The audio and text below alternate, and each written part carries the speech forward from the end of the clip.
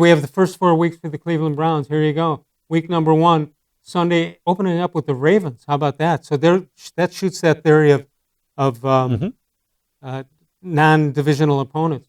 Then the Bengals are at home. That's on a Thursday night game. So they have four-day turnaround weeks. 4-day turnaround, yeah. So much for that easing into it. They've rested so far. Then Sunday they're at home against the Redskins, and then they go to the Cowboys on October 4th, which would be fourth week of the season. And again, I'm surprised that the Browns and Ravens is playing on opening night. Not necessarily. And then here you go with the weeks 5 through 8.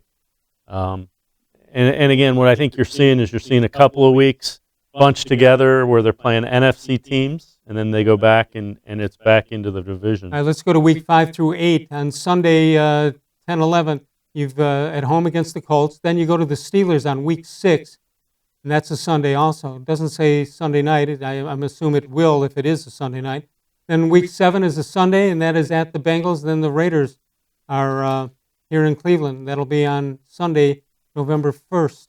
So there you go, halfway through the season. Anything strike you there? Well, you got back-to-back home division games. And the same thing that you had weeks 1 and 2. Right. So they're grouping the division games together in this schedule release. Interesting. The other thing is you're done with the Bengals week 7. Yeah. All right. Which is good because keep in mind rookie quarterback Joe Burrow. Good point. Week 9 will be the bye week, so that you're getting halfway through. You go exactly halfway through. Yeah, it's a very good spot to get a bye week as well. All right, here we go. Weeks 9 through 13. Sunday, at home against the Texans.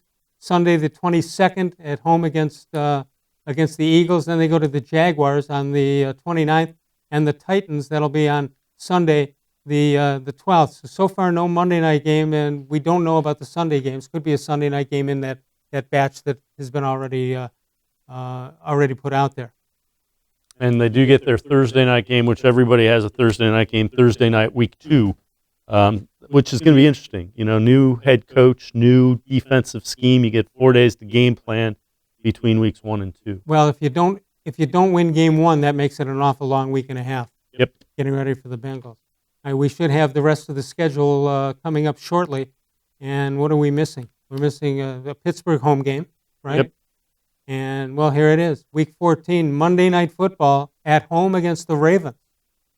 How about that? Wow. So you get the Ravens to open it, and then you get Monday night at home. And then the interesting thing is you got an either-or.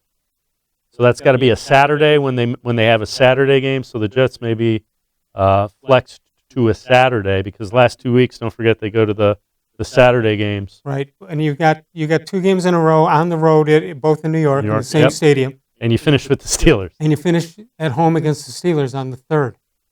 Wow.